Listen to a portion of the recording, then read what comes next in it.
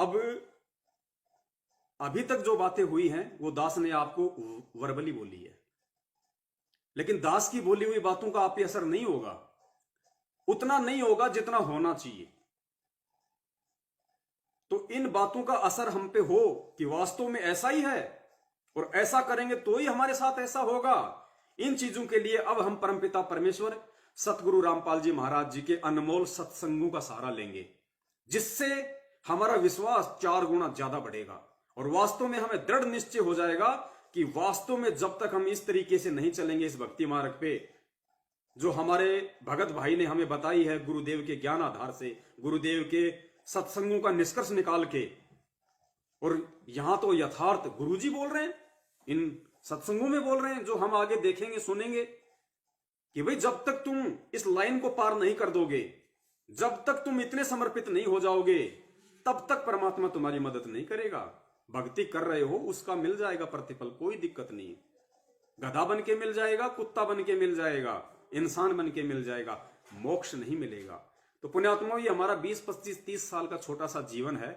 इस शीश को हम अपनी इच्छाओं को मार के और परमेश्वर को समर्पित कर दें, इससे बड़ा कोई चांस नहीं है। तो देखिए परमेश्वर ने हमें किस प्रकार से निर्देशित किया है इन सभी बातों के लिए। पहले तो दास आपको एक छोटी सी क्लिप, एक 3 मिनट का सत्संग है परमात्मा का, वो सुनाएगा सबसे पहले, ताकि आपको विश्वास हो कि वास्तव में ये बातें चाहे सतगुरु कहें साक्षात सामने बैठ के सत्संग के माध्यम से, या चाहे हमें सतगुरुदेव जी के जो वाणियां हैं, जो सत्संग है, जो किए हुए, जो रिकॉर्डेड जो सत्संग है, चाहे हमें उनके सत्संगों से सुनने को मिले, बात एक ही है। रति भर भी हमने मन में ये अविश्वास पैदा नहीं करना कि हम तो, हमारे को तो जब गुरुजी अपने मुख से ऐसा करने को कहेंगे तो ही हम करेंगे। नहीं, गरीब निर्गुण सरगुण एक है, दूजा ब्रह्म विकार, निर्गुण साहिब आप हैं, सतगुरु सरगुण संत विचार। गुरुजी ने बताया कि वो परमेश्वर निर्गुण रूप में सतलोक में बैठा हुआ है, लेकिन उसकी जो वाणियां हैं, उसके जो शब्द हैं, वो उस परमात्मा का सरगुण रूप है। उन वाणियों को साक्षात परमात्मा ही समझना चाहिए कि परमात्मा ही हमें आदेश दे रहे हैं। तो आज परमपिता परमेश्वर सतगुरु रामपाल जी महाराज जी कुछ समय के लिए शारीरिक रूप से आप और हमसे दूर है, लेकिन उनके सत्संग, उनकी वाणियां सरगुण रूप में आज हमारे बीच में हैं, साक्षात हैं। ये वाणियां, जैसे दास पहले भी बार बार आपको जिक्र करता है कि वर्तमान में हमारा यदि कोई असली गुरु है, गुरु जी के जेल में रहते सहते, तो केवल गुरु जी का ज्ञान ही हमारा असली गुरु है, सत्संग ही हमारा असली गुरु है।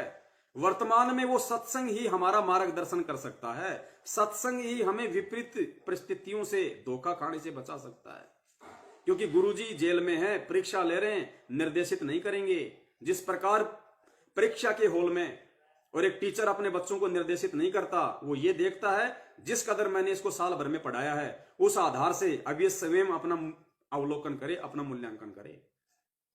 मुझे तो केवल जैसा लिखेगा वैसा इसको पॉइंट देना है, मार्क देना है।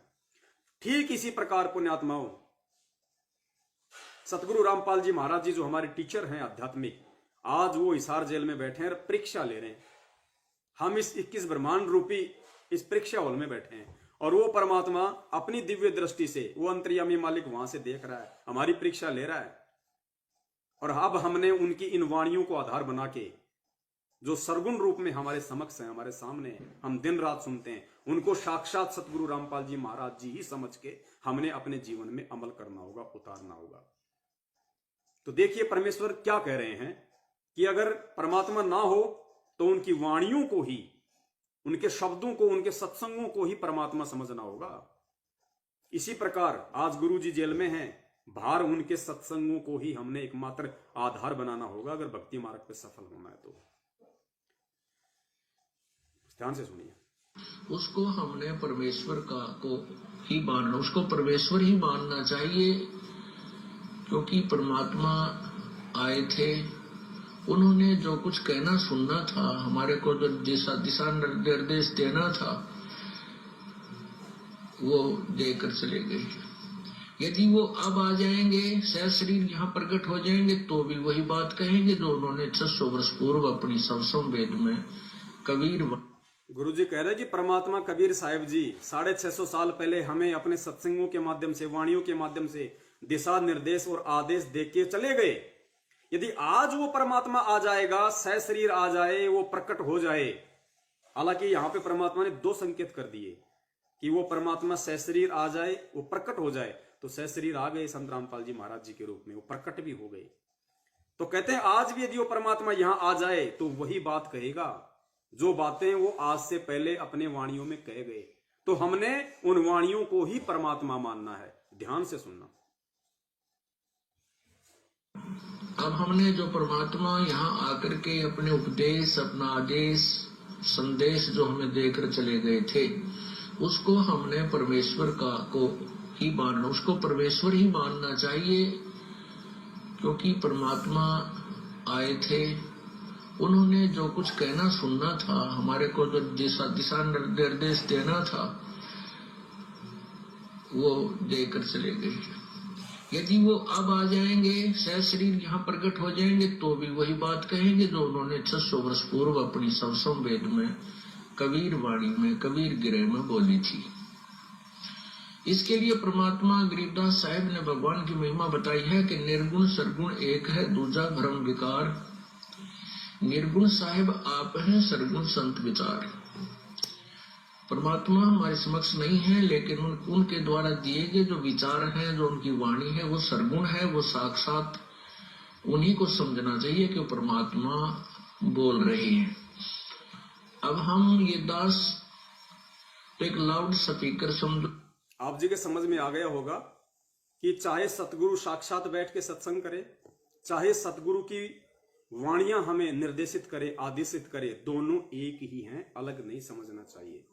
तो आगे हम देखेंगे कि सतगुरु किस प्रकार आज हमें अपने सत्संगों के माध्यम से निर्देशित कर रहे हैं, उन बातों के लिए जो बातें परमात्मा ने अपने दास के मुख से आप जियों तक पहुंचाई। पुण्यात्माओं, बीच में अगर लाइव डिस्कनेक्ट हो जाए किसी कारण से, दास को लगता है अगर किसी कारण से डिस्कनेक्ट हो जाए तो हम पूरा संदेशा देने के लिए दोबारा से ज्वाइन होंगे। दास दोबारा से ज्वाइन होगा तो आप जी भी वापस जुड़ जाना यदि ऐसी नौबत आ गई तो आगे चलिए, हम थोड़ा शॉर्ट में लेके चलेंगे। तो आगे हम चलेंगे पुण्यात्माओं कि परमात्मा ने किस प्रकार अपने सत्संगों के माध्यम से बहुत पहले ही हमारे को निर्देशित कर दिया था। ये 2012 का सत्संग है, इसको आप ध्यान से सुनना। एक सेठ की कहानी है, लगभग 8 मिनट का सत्संग है, बहुत गौर से आपने सुनना है। और जहां जहां बीच में जरूरत पड़ेगी परमात्मा दास को प्रेरणा करेंगे तो दास आप जियों को उस परमेश्वर के सत्संग का विश्लेषण करके बताएगा कि यहां परमात्मा हमें क्या समझाना चाहते हैं। ध्यान से सुनना। चढ़ी चोंच भर ले गई, एक एक शब्द। नदी न घट्यो नीर, दान दिए धन घटे नहीं, यूं कह रहे साहिब कबीर। परमात्मा अपना साइन कर रहे हैं इस वाणी को बोल करके, कह रहे साहिब कबीर के दान करने से धन नहीं घटेगा, ये नियम है परमेश्वर का। और दान सुपात्र को करे।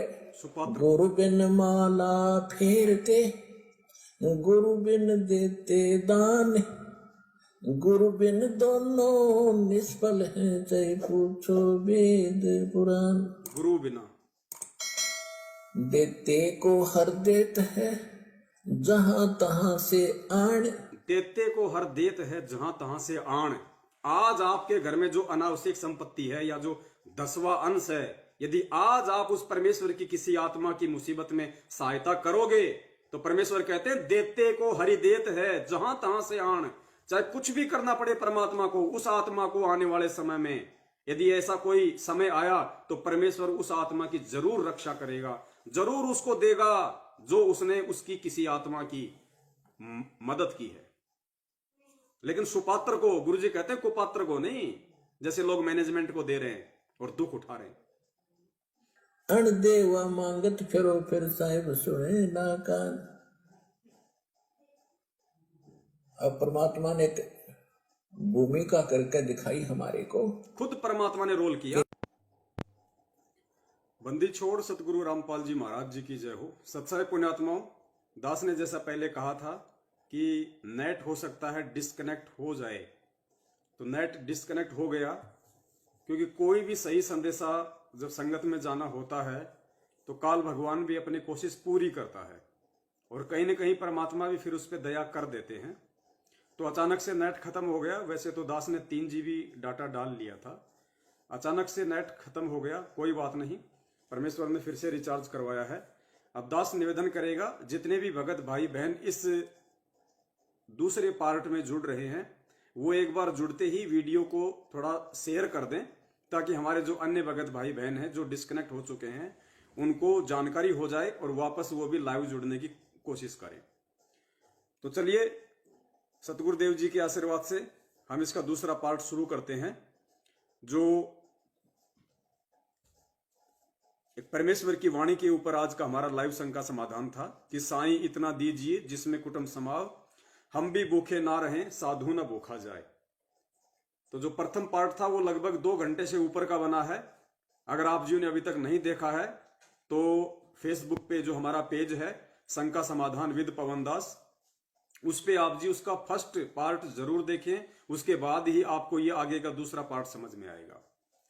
तो दूसरे पार्ट में हम परमेश्वर के सत्संग के ऊपर बात कर रहे थे कि परमात्मा ने साईं इतना दीजिए जिसमें कुटुंब समाव, हम भी भूखे ना रहें साधु ना भूखा जाए, इस वाणी को चरितार्थ करने के लिए, अपने भगत को इस वाणी के ऊपर चलाने के लिए, अपनी आत्मा में सतगुरु के प्रति भक्ति के प्रति दृढ़ विश्वास पैदा करने के लिए परमेश्वर ने इस सत्संग के माध्यम से हमें किस प्रकार से समझाया है कि उस महाविनाश के दौर में, उस युग परिवर्तन के दौर में, उस महामारी और भूखमरी के दौर में यदि तुम मेरे सत्संगों को आधार बना के चलोगे, मेरी वाणियों पे अमल करोगे, तो परमात्मा तुम्हें कभी भी भूखमरी से या महामारी से नहीं मरने देगा और हर संभव वो परमात्मा तुम्हारी मदद के लिए तैयार रहेगा।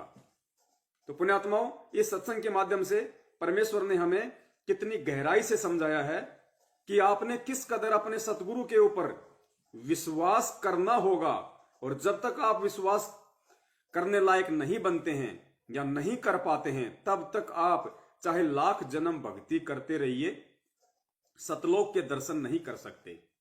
तो विपरीत परिस्थितियों में परमात्मा ने किस कदर अपने ऊपर विश्वास करना हमें सिखाया है इस सत्संग के माध्यम से। इस 8 मिनट के सत्संग को आपने बहुत ही ध्यान से सुनना है और इस सत्संग में परमेश्वर की बोली गई एक एक वाणी पे, एक एक शब्द पे आपने ध्यान केंद्रित करना है, और जहां बीच में जरूरत पड़ेगी परमेश्वर दया करेंगे, दास निष्कर्ष निकाल के आप जीवों को देता रहेगा। तो ध्यान से सुनिए इस सत्संग के एक एक शब्द को।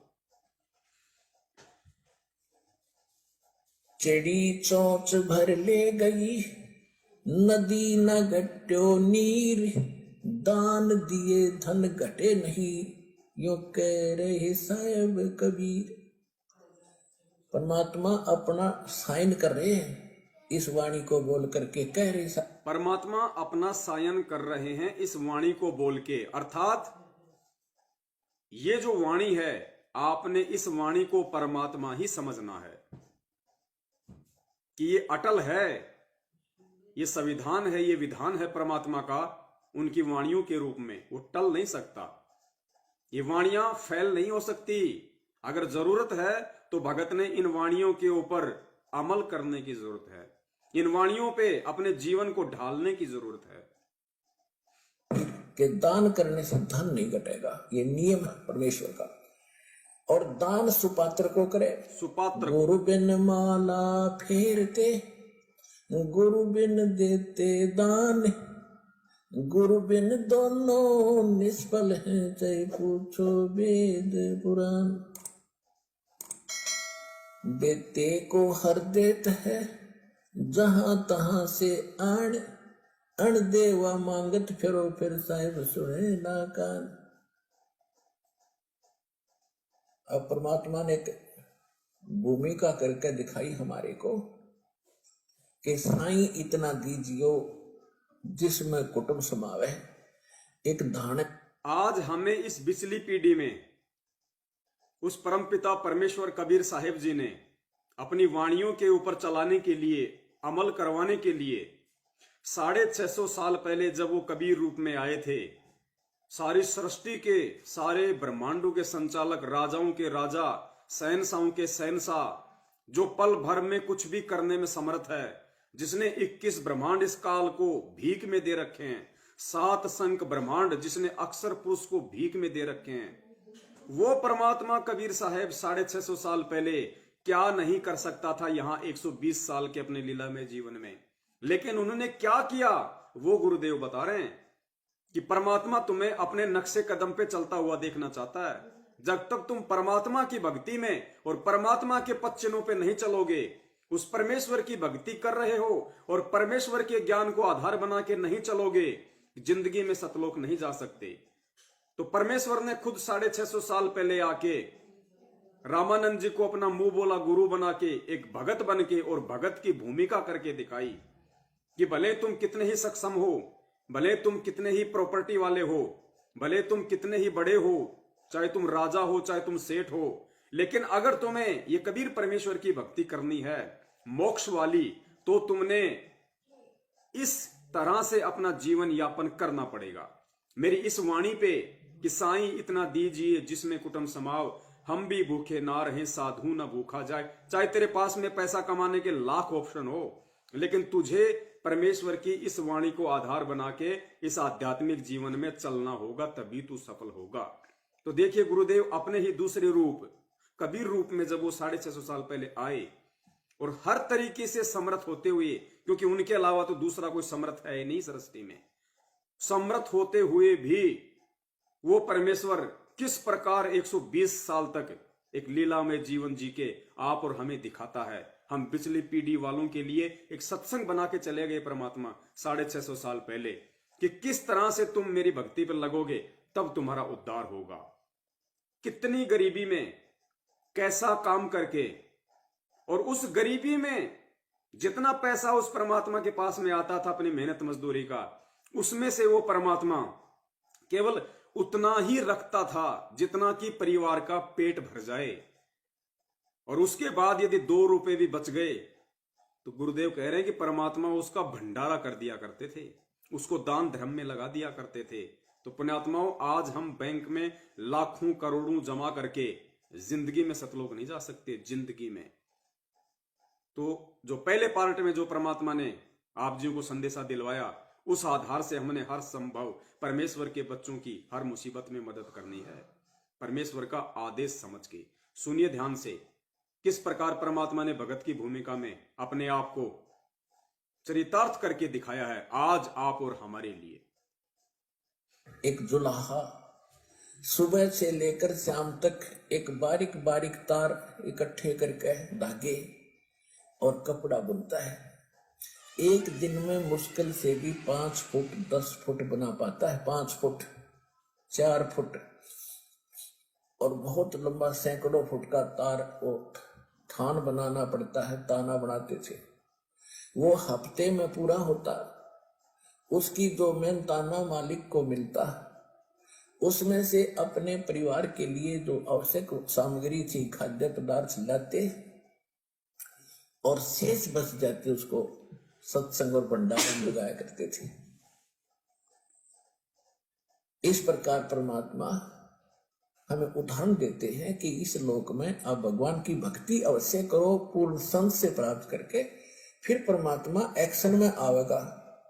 और वैसे हम फिर परमात्मा एक्शन में आएगा। एक्शन में यानी अपनी भूमिका में आएगा, अपने रोल में आएगा। कब? जब हम परमेश्वर के ज्ञान को आधार बना के, और जो भूमिका उस परमात्मा ने करके दिखाई वैसी भूमिका एक भगत के रोल में जब हम करेंगे, तब वो परमात्मा एक्शन में आवेगा।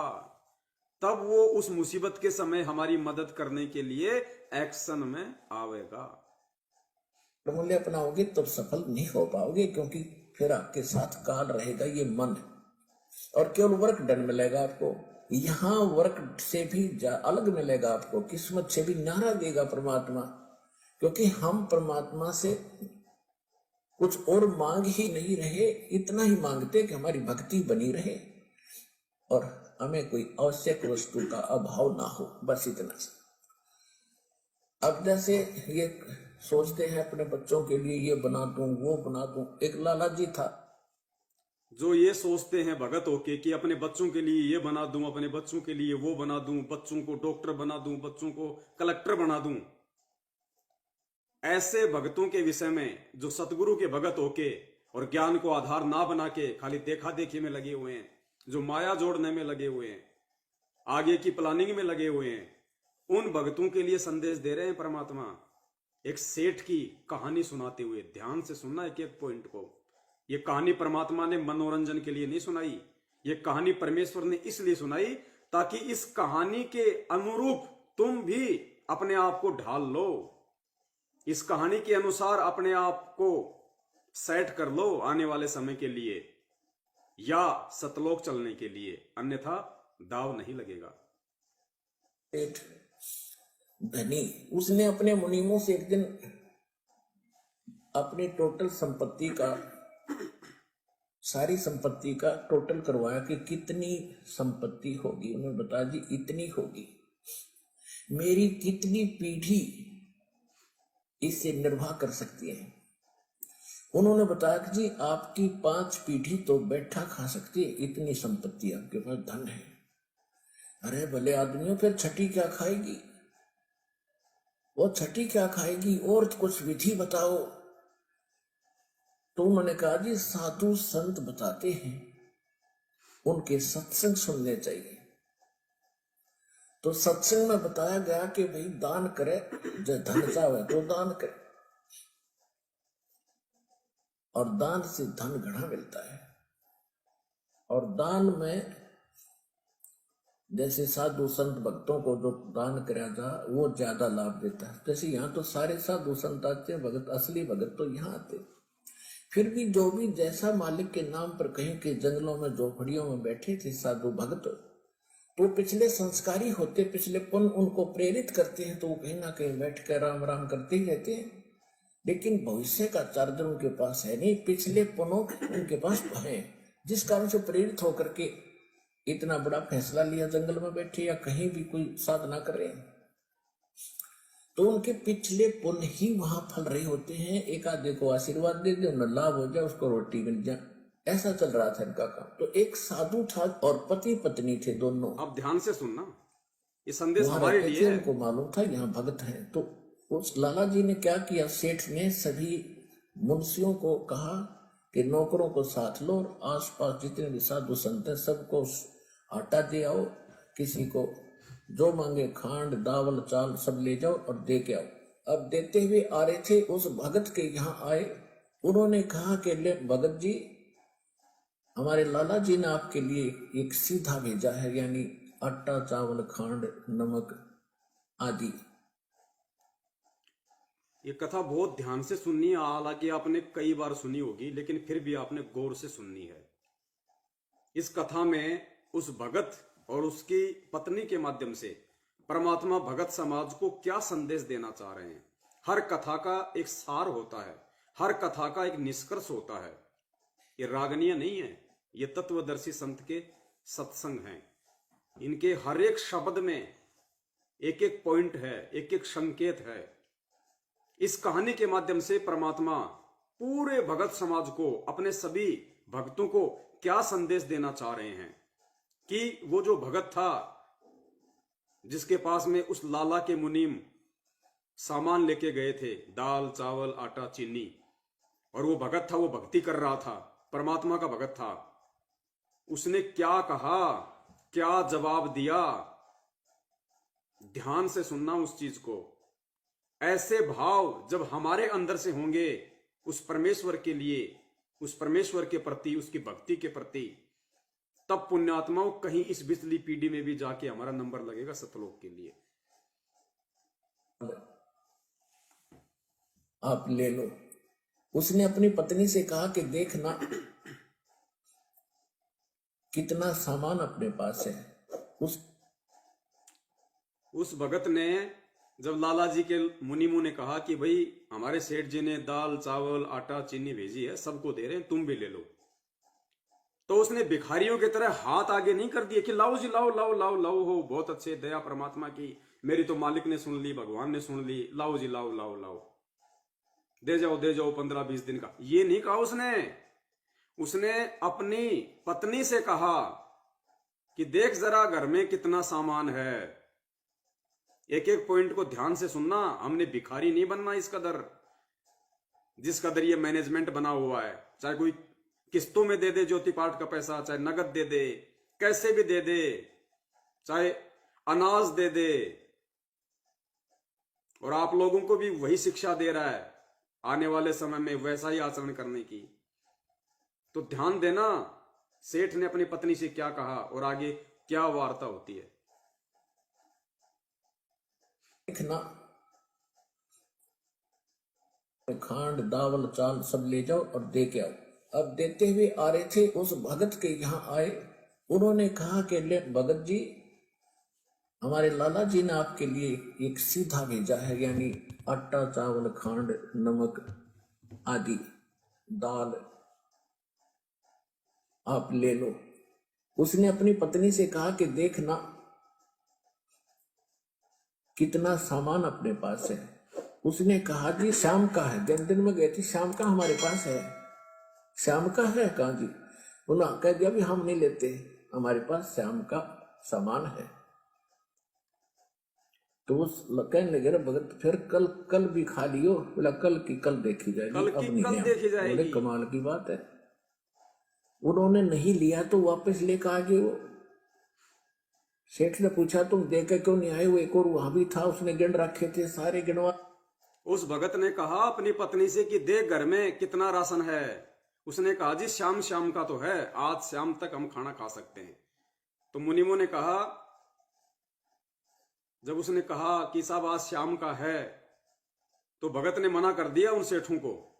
बोला नहीं जी हमें नहीं चाहिए। देखो कितना विश्वास होना चाहिए, कितनी दृढ़ता होनी चाहिए।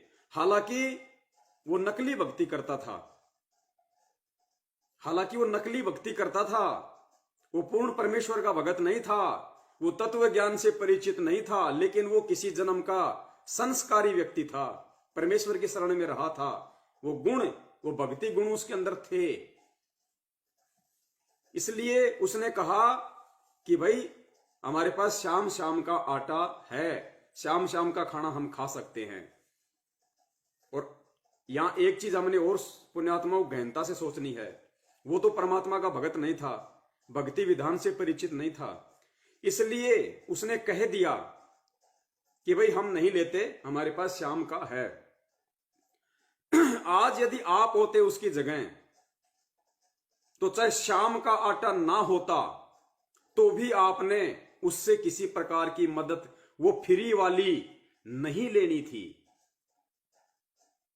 हमने उससे वो फ्री वाली मदद भी नहीं लेनी थी जो आज गवर्नमेंट हमारे को मदद करती है ना।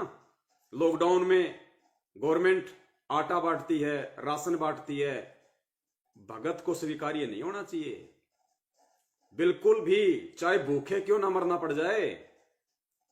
सरकार की दी हुई भीख, किसी मंत्री की दी हुई भीख, किसी समाज सेवी संस्था के द्वारा बांटा गया राशन संत रामपाल जी महाराज जी के भगत को अंतिम श्वास तक स्वीकार्य नहीं होना चाहिए, चाहे भूख से प्राण ही क्यों ना निकल जाएं। लेकिन उसको परमात्मा का ज्ञान नहीं था, उसके बावजूद उसने ये कहा कि भाई शाम का तो है। अगर शाम का नहीं होता, हो सकता है वो व्यक्ति उनसे आटा दाल चावल ले लेता, लेकिन हमने तो उससे भी ज्यादा सतर्क होकर चलना है इस काल लोक में। सुनिए आगे। कल देखी जाएगी, अब नहीं ले हम। बोले कमाल की बात है। उन्होंने नहीं लिया तो वापस लेकर आ गए। वो सेठ ने पूछा तुम देकर क्यों नहीं आए? वो एक और वहां भी था, उसने गिन रखे थे सारे, गिनवा रखे थे। उन्होंने कहा जी उन्होंने ये नहीं लिया। क्यों नहीं लिया? उसने ये कहा कि शाम का तो है, सुबह का भगवान और देगा, आप देगा, हम टेंशन नहीं लिया करते। अब उस लाला जी का सिकरो घूमा फिर दिमाग का। अरे तेरा गजब हुई हो, मैं तो छठी पीढ़ी का ठेका ले रहा हूँ, सुबह की भी परमात्मा पे छोड़ दी। उस भगत की ऐसी बातें सुन के लाला जी के भी स्क्रू ढीले हो गए। उसने सोचा कि मैं तो छठी पीढ़ी का ठेका ले रहा हूं, और उसको श्याम की भी चिंता नहीं, वो भी उसने भगवान पे छोड़ दिया। अर्थात पुण्यात्माओं, विपरीत परिस्थितियों में परमात्मा के भगत का कैसा आचार विचार व्यवहार, संतोष, धैर्य और विश्वास होना चाहिए, ताकि दुनिया भी उस भगत को देख के, उस भगत के क्रियाक्रम को देख के, उस भगत के धैर्य को देख के, विश्वास को देख के आपके गुरु की महिमा का गुणगान करे कि भाई धन्य है इस भगत का गुरु, धन्य है इस भगत का बाप सतगुरु, जिसने ऐसा ज्ञान दिया इस भगत को, इसके अंदर ऐसा विश्वास पैदा किया उसने। सुनिए ध्यान से। वहां से चलकर वहां आया, उसने पूछा कि भाई आप ऐसा निर्णय क्यों ले रहे हो, भूखे मरोगे भूखे। वो कहने लगे भूखे मरा करें, वो तो भगवान पर विश्वास नहीं करते, और हमें भगवान आगे से आगे देखता उसने, क्योंकि ज्ञान सुन रखा था। लाला जी को बैठा लिया, कहते मां के पेट में जब आप थे किसने चिंता थी तेरी। यह तो बात सही है। जब आप मां के गर्भ से बाहर आए, आपका दांत नहीं थे, आप रोटी चावल आटा नहीं खा सकते थे, और उससे पहले आपकी मां के स्तन में दूध भी नहीं था, अब नहीं था।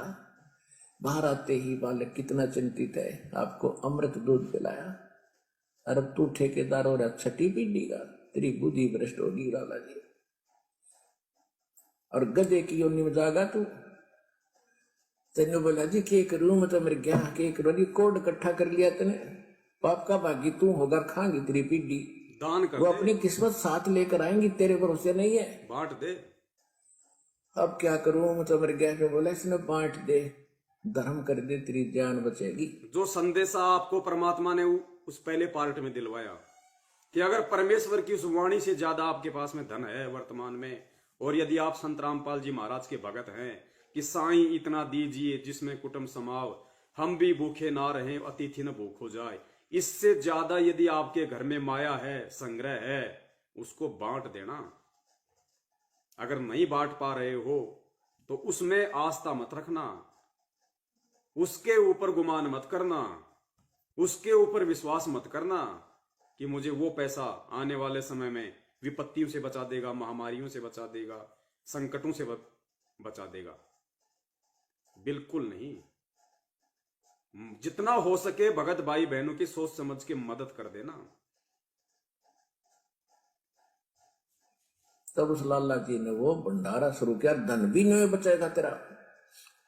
तो कहने का भाव यह है पुण्यात्मा, हम अब देखना परमात्मा अपने स्तर पे गुरुदेव इस कहानी का क्या सारांश बता रहे हैं कि जब तक हम इस तरीके से अपने जीवन को नहीं ढालेंगे अध्यात्म में, जब तक हम इस तरीके से परमात्मा के प्रति पूर्णतया समर्पित नहीं होंगे, और जब तक हम इस लाइन को पार नहीं कर जाएंगे, तब तक परमात्मा ऐसी परिस्थितियां एक भगत के सामने बार बार पैदा करेगा।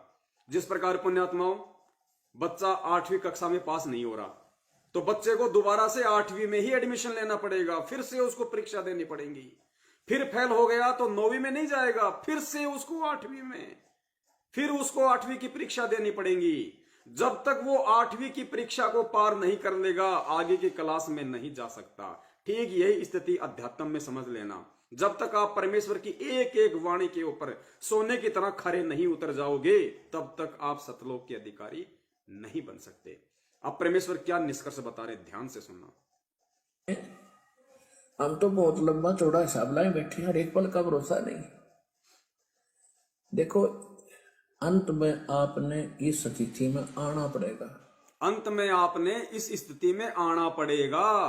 कौन सी में? साईं इतना दीजिए जिसमें कुटुंब समाव, हम भी भूखे ना रहे अतिथि न भूखा जाए। आज इसी वाणी के ऊपर हमारी साध संगति चल रही है। गुरुदेव कहते हैं अंत में आपने इस स्थिति में आना पड़ेगा। चाहे आप करोड़पति हो, चाहे लखपति हो, चाहे फैक्ट्री के पति हो, आपको इस स्थिति में आना पड़ेगा। ने इस स्थिति में आना पड़ेगा। और जिस स्पीड पर आप चले उसका कोई अंत नहीं। आज किसी के पास एक प्लाट है और थोड़ा सा जुगाड़ होते तो सोचे एक और लूं, और फिर और जुगाड़ हो गया तो एक और लूं, वहां थोड़ा सा ठीक मिल रहा है, रेट ज्यादा होने वाले हैं, वहां भी दाव लग गया तो 30 चौथा और दूसरे शहर में ले लूं, इतने मृत्यु हो जाएगी और फिर कुत्ता बनकर वहां घूमना करेगा, सैर सपाटे करता। ये 8 मिनट का सत्संग आपने सुना पूज्य गुरुदेव जी का, कितना गहरा निचोड़ परमात्मा ने निकाल के रख दिया। ये परमात्मा का सत्संग है।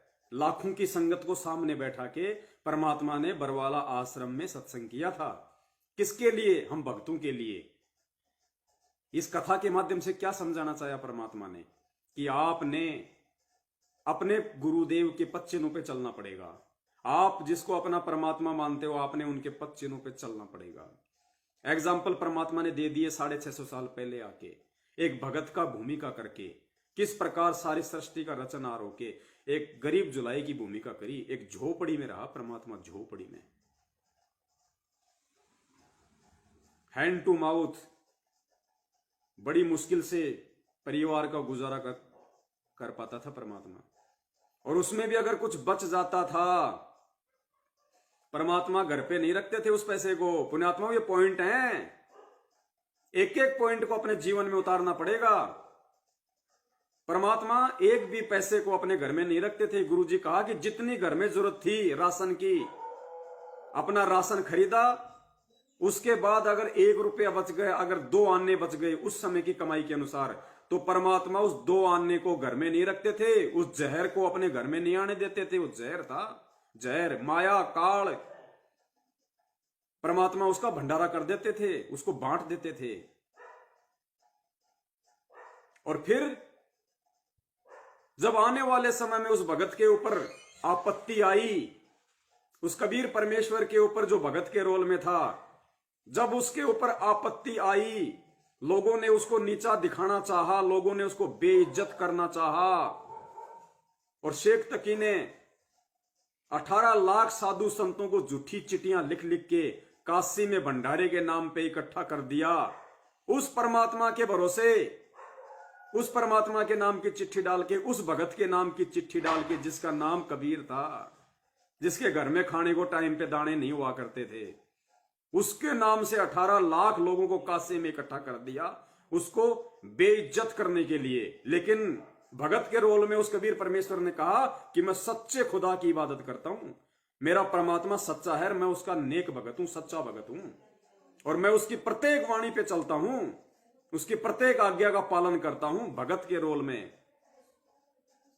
और फिर परमात्मा ने एग्जाम्पल देके दिखाया कि बच्चों देखो, उस समय फिर 18 लाख लोगों को उस कबीर परमेश्वर ने कुछ भी कारण बनाया, और 3 दिन और 3 रात तक मनमोहक भोजन खिलाया, साथ में सोने की मोहर और दोहर भी दी, कम्बल और सोने की मोहर। ये एग्जाम्पल, ये सत्संग बनाया परमात्मा ने 650 साल पहले आके, कि जिस प्रकार एक भगत का जीवन मैंने जी के दिखाया है। अगर कबीर की भक्ति करनी है तो, अगर सतलोक वाली भक्ति करनी है तो, चाहे तू लाख कमा रहा है, और अगर तू भगत है तो घर में माया को उतना ही प्रवेश होने दे जितनी जरूरी है। अनावश्यक प्रवेश करेगा वो जहर है, जहर। तू भी मरेगा, बच्चों को भी मारेगा। बाकी अगर सतगुरु है तो सतगुरु को दान कर दे, सतगुरु को चाहे ज्योति करवा, चाहे पाठ करवा, सतगुरु के हाथों में दे या सतगुरु के आदेश से दे। खुला पाठ करवा लाख रुपए का, कोई दिक्कत नहीं। लेकिन सुपात्र को, सच्चे सतगुरु को, भंडारे में पैसा लगा, सतगुरु के आदेश से लगा, कोई दिक्कत नहीं। फालतू का पैसा तेरे घर में जमा नहीं होने दे। जितनी आवश्यकता है केवल उतना, चाहे तू 5 लाख रुपए महीने का कमा रहा है, चाहे सिर्फ तेरे घर में उतना ही प्रवेश होना चाहिए, तेरे जेब में उतना ही होना चाहिए। रिक्वायरमेंट ऑफ द फैमिली, इससे ज्यादा नहीं। और ऐसे भगत पे यदि फिर कोई कर्म की मार पड़ेगी तो परमात्मा दोनों हाथों से धन लुटाएगा, दोनों हाथों से धन लुटाएगा। इसलिए परमात्मा ने सत्संग सुनाया। लाला जी ने कहा, सेठ जी ले लो, भूखे मरोगे। तो उस भगत ने कहा कि भूखे वो मरते हैं जिनको भगवान पे विश्वास नहीं होता। ये कितनी बड़ी बात कही परमेश्वर ने सत्संग के माध्यम से, आप और हम जैसे मूर्खों की आंखें खोलने के लिए, कि तुम्हें इस स्थिति में आना पड़ेगा। आज देख लीजिए, परम पूज्य सतगुरु रामपाल जी महाराज जी, वही कबीर परमात्मा एक भगत के रोल में, 18 साल की नौकरी हो गई थी परमात्मा की, 18 साल की, मात्र 2 साल बची थी पेंशन आने में। 40-50 हजार रुपए पेंशन होती जूनियर इंजीनियर की। परमात्मा ने पेंशन भी नहीं ली, जानबूझ के ये उदाहरण पेश करने के लिए कि मैं पेंशन के भरोसे नहीं हूं, मैं परमेश्वर के भरोसे हूं। और परमात्मा ने नौकरी से रिजाइन दे दिया भक्ति के लिए, आप और हमारे लिए, इस ज्ञान को फैलाने के लिए। नहीं, जिस परमात्मा ने 18 साल तक नौकरी की, क्या वो 2 साल और नहीं कर सकता था? बताइए, कर सकता था ना। लेकिन वो नौकरी छोड़नी थी परमात्मा ने, आने वाले समय में उन भक्तों के सामने उदाहरण पेश करने के लिए जो माया को भक्ति से ज्यादा महत्व देते हैं, जो सोचते हैं कि मेरी नौकरी आजीवन मेरा साथ दे देगी, पेंशन हो जाएगी मेरी, बढ़िया बैठे बैठे मेरी तनख्वाह आएगी। उन भक्तों के लिए ये पुण्यात्माओं, आने वाले समय में सब पेंशन बंद, सरकारी नौकरियां सब खत्म।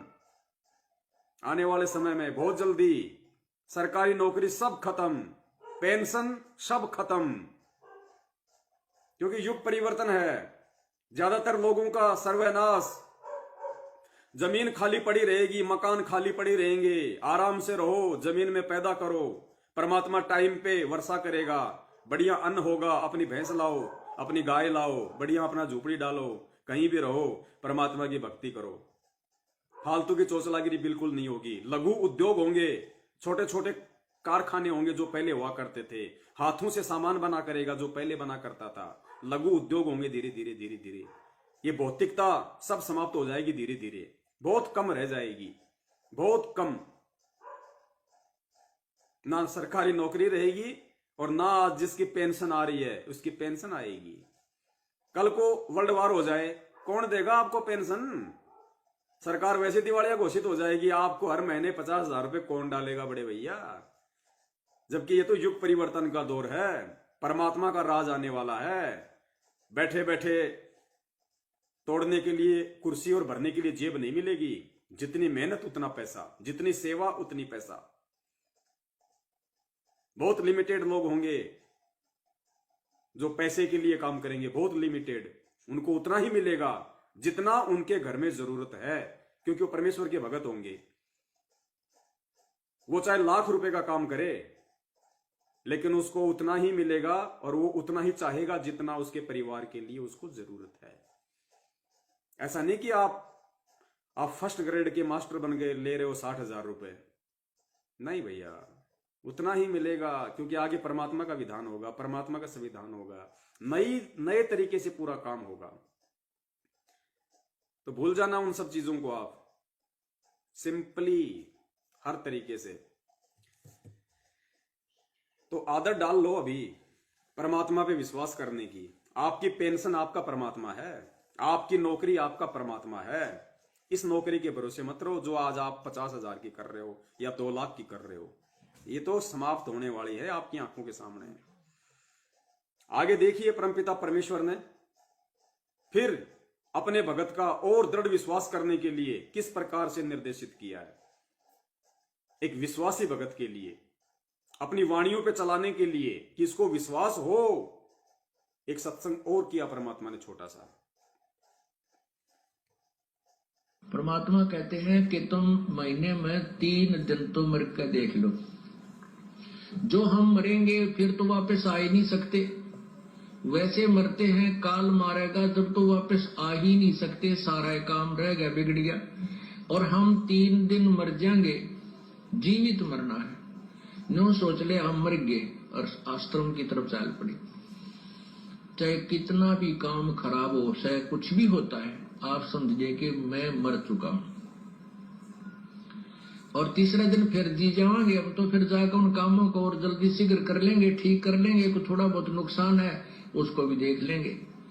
और फिर जिसके लिए हम मरते हैं तो वह ध्यान से सुनना, परमेश्वर का छोटा सा सत्संग है लेकिन रहस्य बहुत गहरा है। परमात्मा ने एक छोटा सा एग्जाम्पल दिया कि जब तुम सत्संग की तरफ चलते हो 3 दिन, तो जीवित मर के आओ। जीवित मरने का मतलब अपने दिमाग को बिल्कुल शून्य करके, ना कोई काम धंधे की टेंशन रखो। ऐसा नहीं कि भाई रोजाना दुकान से मैं 5,000 रुपये कमा रहा हूं, 4-5 मेरे पास में कारीगर काम कर रहे हैं, मैं 3 दिन सत्संग चला गया, पता नहीं वो लड़के पीछे से कैसा काम करेंगे, घाटा हो गया, नुकसान होगा, वो खा जाएंगे, बीच में से गफला कर लेंगे। कुछ नहीं, ये सोच के आओ कि मैं मर चुका हूं, ना कारीगर है, ना दुकान है, ना काम धंधा है, कुछ नहीं है, ना नफा है, ना घाटा है, ना नुकसान है, कुछ नहीं है। जीवित मर के 3 दिन कि कुछ नहीं है, मैं मर गया। अगर परमानेंट मर जाएंगे तो कौन संभालेगा दुकान को? तो उन कारीगरों से कौन हिसाब लेगा? कौन दिमाग में 100 प्रकार की टेंशन पालेगा? तो गुरुजी कहते हैं सत्संग में अगर तुम आते हो, सत्संग में आने का मतलब उस परमात्मा की तरफ चलना, परमेश्वर की तरफ चलना, परमेश्वर के ज्ञान पे चलना। जीवित मरो, कोई टेंशन नहीं होनी चाहिए तुम्हें किसी भी प्रकार की। और फिर गुरुदेव ने बताया कि अगर तुम परमात्मा के प्रति इतने समर्पित हो जाओगे, तो फिर परमात्मा ने एक लाला जी की छोटी सी कहानी सुनाई। 2 लाला जी थे, आपस में उनका झगड़ा हो गया। तो एक ने कहा कि मैं तेरे बाट की मारूंगा। बाट होता है जैसे 1 किलो का, 2 किलो का, 3 किलो का, जो लोहे के आते हैं, जो बट्टे। तो ये पहले की बात है, पहले तराजू ऐसे होते थे। आजकल तो जैसे लाइट वाले आ गए, पहले ऐसे होते थे वो तराजू। तो उसमें मतलब बाट हुआ करते थे 100 ग्राम का, 50 ग्राम का, 1 किलो का, 2 किलो का, 5 किलो का। तो 2 लाला जी का आपस में झगड़ा हो गया। दो सेठों का, जिनकी दुकान होती थी राशन की, 2 का झगड़ा हो गया। तो एक ने कहा कि मैं तेरे बाट की मारूंगा, सिर में उठा के, और उस लोहे के बट्टे की तेरे सिर में मारूंगा। तो दूसरे ने कहा कि मैं कौन सा ठाली बैठूंगा। उसने कहा कि मैं कौन सा चुपचाप बैठूंगा, मैं भी उठा के मारूंगा। तो परमात्मा यहां कहना चाह रहे हैं, अगर तुम परमात्मा के लिए जीवित मरोगे तो परमात्मा कौन सा ठाली बैठेगा। तुम्हारे पीछे से सारे काम संवारने के लिए तुम्हारे से पहले तुम्हारे घर पे पहुंच जाएगा परमात्मा। सुनना परमेश्वर का सत्संग। आश्रम की तरफ चाल पड़ी। चाहे कितना भी काम खराब हो, चाहे कुछ भी होता है, आप समझिए कि मैं मर चुका हूं। और तीसरा दिन फिर जी जाएंगे, अब तो फिर जाकर उन कामों को और जल्दी शीघ्र कर लेंगे, ठीक कर लेंगे। कुछ थोड़ा बहुत नुकसान है उसको भी देख लेंगे। और फिर जिसके लिए हम मरते हैं तो वह बादशाह वो के फिर ठाली बैठेगा।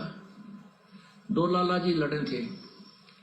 एक बोला तेरा बाट मारूंगा, वो बोला मैं के ठाली बैठूंगा।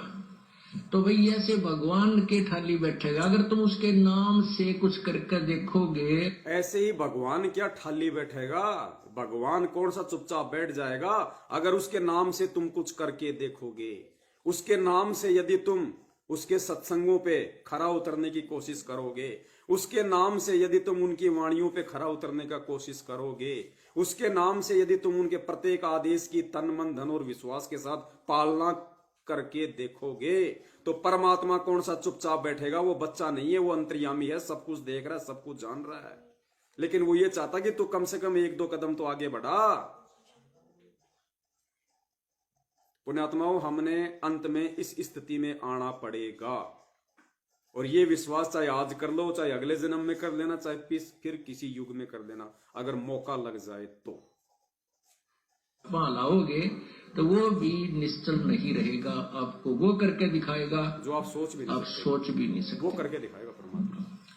अब तो हम एक लल्लो पत्तों से लगे हुए तो भी इतने काम करने लग रहे हैं हमारे, वो अगर पूरे समर्पित हो जाए। और यदि हम जिस दिन समर्पण कर देंगे, जीवित मर जाएंगे, पता नहीं क्या करते हैं। फिर देखना।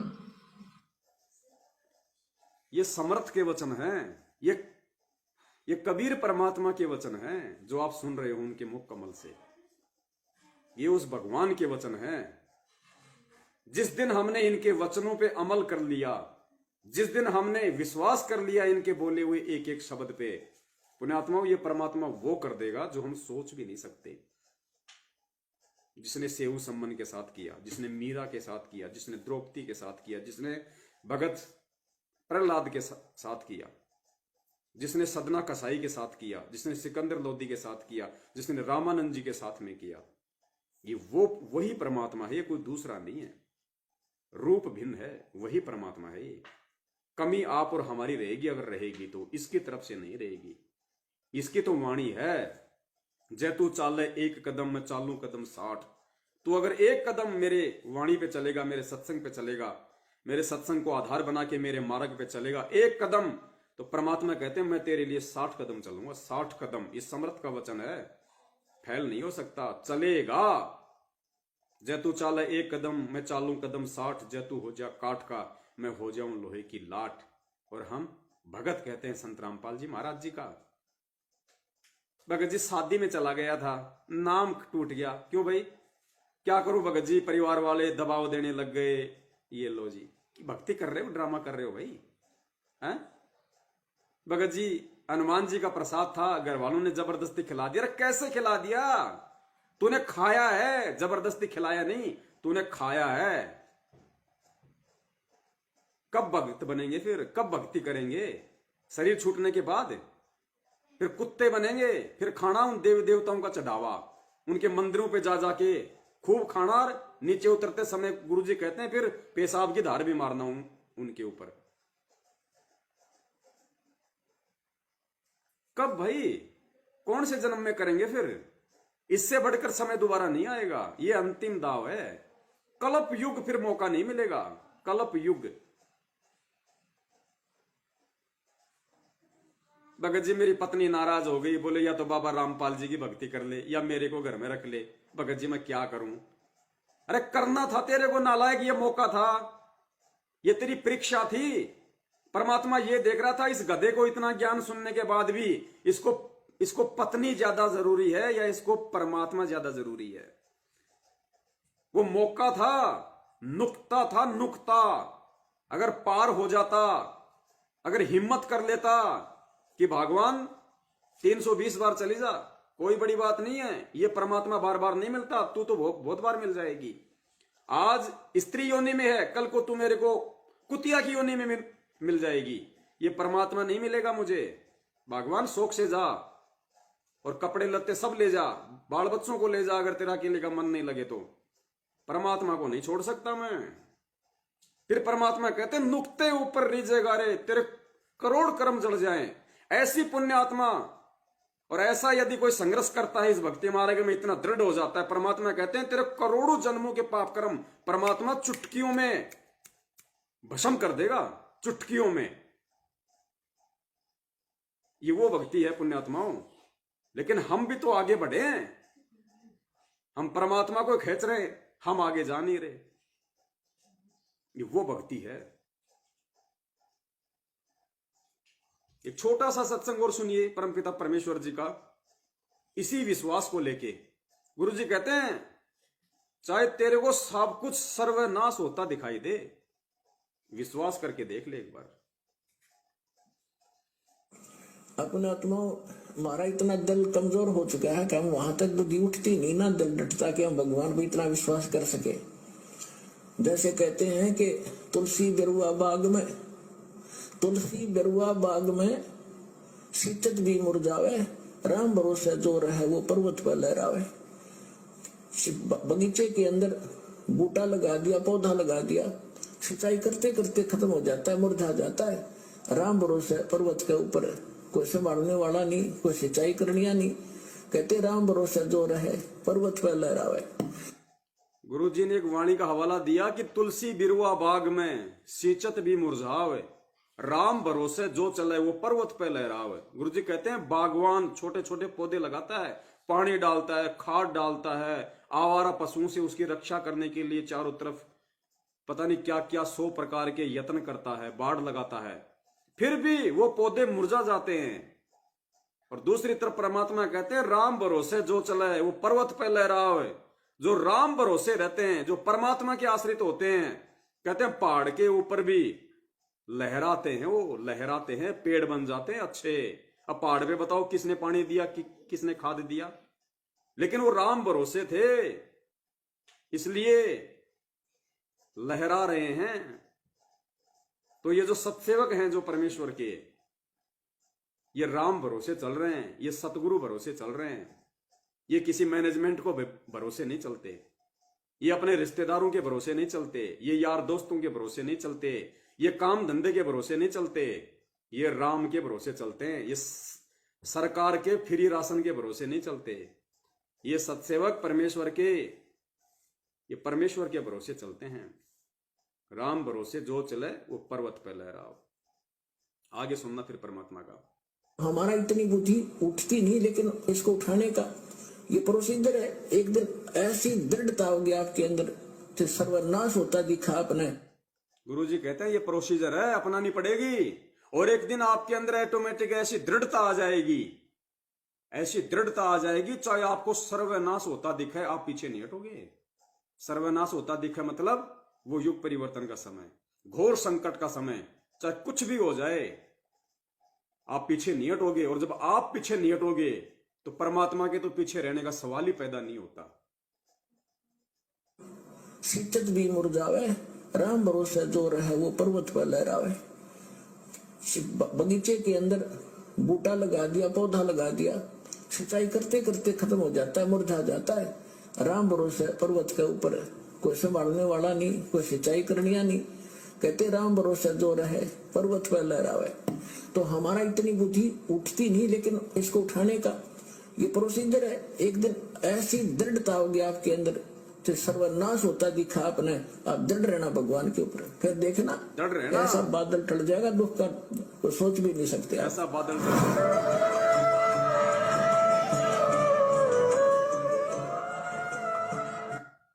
गुरुजी कहते हैं आप राम भरोसे रहना, चाहे आपको सर्वनाश होता दिखाई दे अपना, अगर विश्वास रखोगे तो बादल ऐसा टाल देगा परमात्मा, आप सोच भी नहीं सकते। और यहां कोरोना के डर से बीमारी आई नहीं, लोगों ने इंजेक्शन लगवा लिए। ये सतगुरु की भक्ति नहीं है भैया, ये सतगुरु के ज्ञान में नहीं है।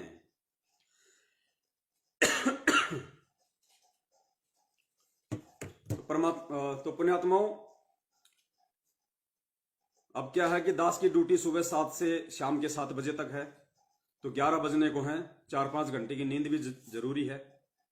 और दूसरी, दास आप जियों से ये विनती करता है, प्रार्थना करता है कि दास अब पहले की तरह इतना समय नहीं दे पाएगा जो ऑडियो वीडियो वगैरह है, वीडियो वगैरह बनाना, अपलोड करना।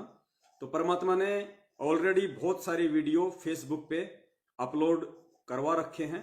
दास का जो ग्रुप है फेसबुक पे, आप हिंदी में सर्च करोगे शंका समाधान पवन दास के साथ, तो दास का फेसबुक का जो ग्रुप है उसमें हजारों की संख्या में साध संगति के वीडियो हैं, लाइव शंका समाधान के वीडियो हैं। और फेसबुक पे ही यदि आप अंग्रेजी में सर्च करोगे शंका समाधान विद पवन दास, तो ये नया फेसबुक पेज है जिसपे हम लाइव चल रहे हैं। इसमें भी परमात्मा ने बहुत सारे वीडियो अपलोड करवा दिए हैं। तो अब आप जी इन्हीं को आगे से आगे शेयर करते रहें, भगत भाई बहनों तक पहुंचाते रहें। बाकी बीच बीच में दास के पास ऑलरेडी जो हजारों की संख्या में और वीडियो जो हैं, दास उनको भी अपलोड फेसबुक पेज के ऊपर करता रहेगा। और आप जियों की शेयर करने की सेवा है, आप शेयर नहीं करेंगे तो लोगों को मालूम नहीं पड़ेगा। तो ये हमारी ड्यूटी है, हमारी सेवा है। और पुण्यात्माओं, ये ही सेवा है और कोई सेवा नहीं है। आने वाले समय में आपको तिनका उठाने का मौका भी नहीं मिलेगा। वो आत्माएं आएंगी उस परमात्मा की, वो अच्छी आत्मा, साधु आत्मा, सेवा करने वाली आत्मा आएंगे, आप लोगों को तिनका उठाने का भी मौका नहीं मिलेगा। ये सेवा आज है, ये साध संगति वाली, हमारे भटके हुए भगत भाई बहनों को सही मार्ग पे लाने की, समझा के ये वीडियो भेज के, ताकि उनकी बुद्धि खुले। आप देखते हो आए दिन दास के पास फोन आते हैं, आप लोगों के पास भी फोन आते हैं, रो रो के कहते हैं कि भगत जी आपके वीडियो नहीं मिलते तो हम तो नरक में जा रहे थे, हम गुरु जी के ज्ञान को बिल्कुल भी नहीं समझ पा रहे थे। बहुत सारे लोग जो बरवाला कांड के बाद में भक्ति छोड़ चुके थे, आज वो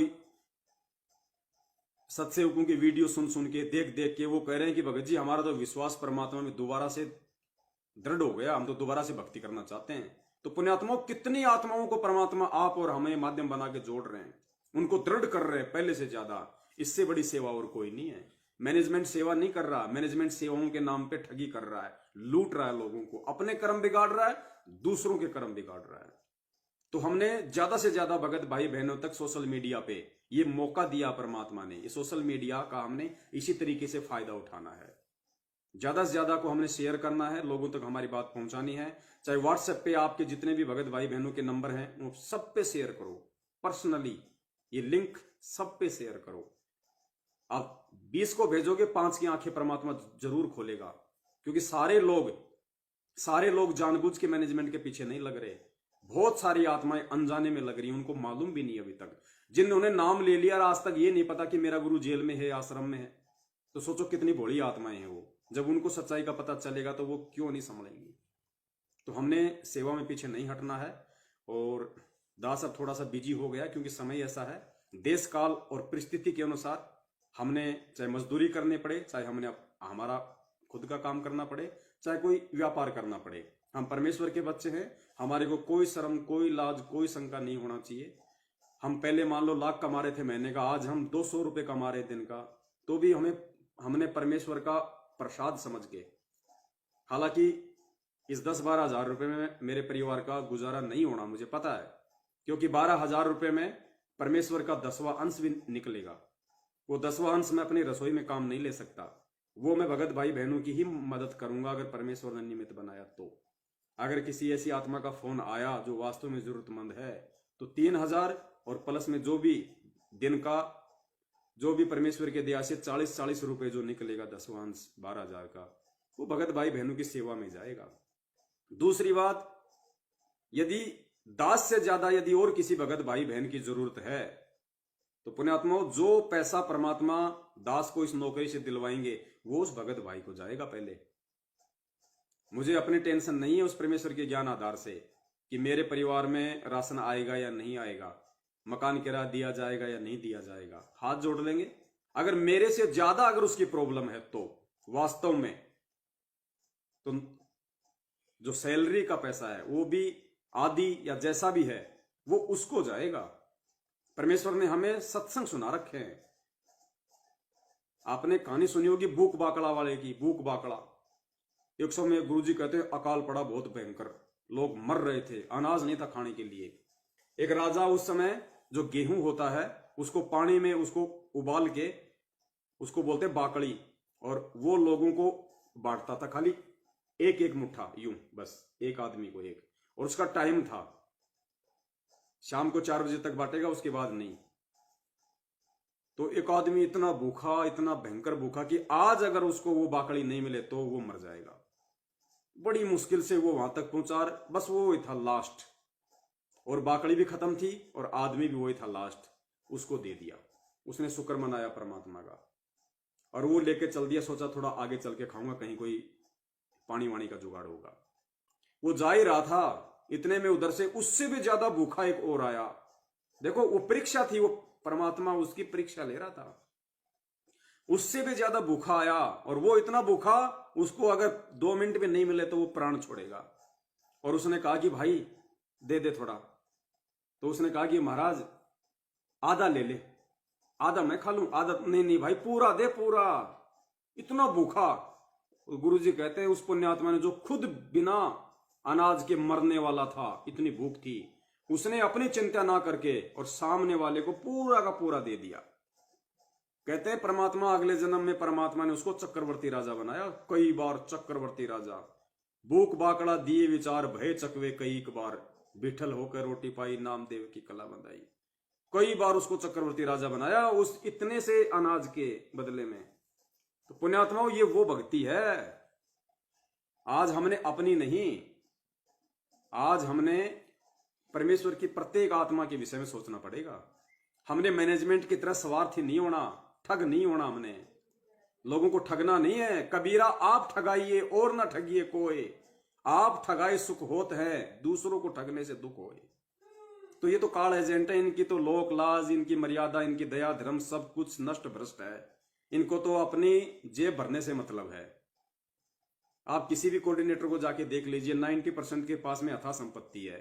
चाहे कुरुक्षेत्र का, चाहे वो बसंत सैनी हो, चाहे हरियाणा का स्टेट कोऑर्डिनेटर अमन गोदारा हो, चाहे राजस्थान का प्रकाश हो, चाहे हिमाचल का ये ओम प्रकाश हो, और विष्णु साहू का तो कहना क्या, बैतूल वाले का, वो तो कई करोड़ों का जो आश्रम है वहां पे, उसको अपने बाप दादे की प्रॉपर्टी समझ चुका है। स्विमिंग पूल बना लिए, बढ़िया ऐश कर रहा है। उसको तो जिस दिन परमात्मा को सौंपने का समय आएगा ना, उसके तो अक्के बक्के हो जाएंगे, छोड़ नहीं पाएगा वो प्रॉपर्टी को। पुण्यात्मा, इस कदर काल ने उसको जकड़ लिया है। वो अपनी समझ बैठा है, वो भक्तों का दान है आश्रम, लेकिन वो अपनी समझ बैठा है अज्ञानता में। छोड़ने में उसके पसीने आएंगे। और वैसे भी उसके पास अब स्कॉर्पियो है, बढ़िया बढ़िया गाड़ी है, बढ़िया बढ़िया मकान बना लिए। कहां से? खुद कौन सा काम कर रहा था वो?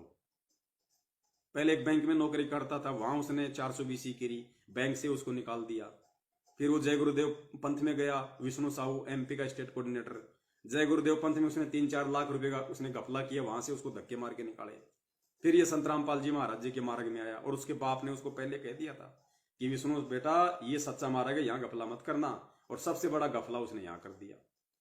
तो पुण्यात्माओं, ये काल का बहुत बड़ा जाल है। वो कैसे फांस लेगा और कब फांस लेगा पता भी नहीं चलेगा, यदि हम सतगुरु से दूर हैं तो, साध संगति से दूर हैं तो कोशिश करो परमपिता परमेश्वर की वाणियों पे चलने की। दास भी पूरी कोशिश करेगा, आप भी पूरी कोशिश कीजिए। हम परमेश्वर के प्रत्येक वचन की तन मन धन से पालना करें, और जैसा हमें परमात्मा बनाना चाहते वैसा हम बनने का प्रयास करें, परमेश्वर को दंडवत करते हुए, उनसे विनती करते हुए। पुण्यात्माओं, तभी ये हमारा जन्म सफल होगा, अगर इसी जन्म में अगर मोक्ष प्राप्त करना है तो। अन्यथा परमात्मा ने हजारों साल के लिए कहा है कि हजारों साल ये मार्ग चलेगा। अगर आपकी नई इच्छा है, आप नहीं इन चीजों को कर पाते हैं, तो अगले जन्म में देखेगा परमात्मा, फिर अगले जन्म में देखेगा। भाई नहीं, भगत वही होगा, ज्ञानी वही होगा, विद्वान वही होगा, अच्छी और संस्कारी आत्मा वही होगी जो इसी जन्म में अपना सब कुछ दांव पे लगा देगी सतगुरु के विश्वास के ऊपर, सिर्फ सतलोक के लिए, अपने आत्म कल्याण के लिए, और कोई स्वार्थ नहीं, कोई लोभ लालच नहीं। फिर देखना, जय तू चाले एक कदम, मैं चालू कदम 60, जय तू हो जा काट का, परमात्मा सतलोक में बैठा देगा फिर।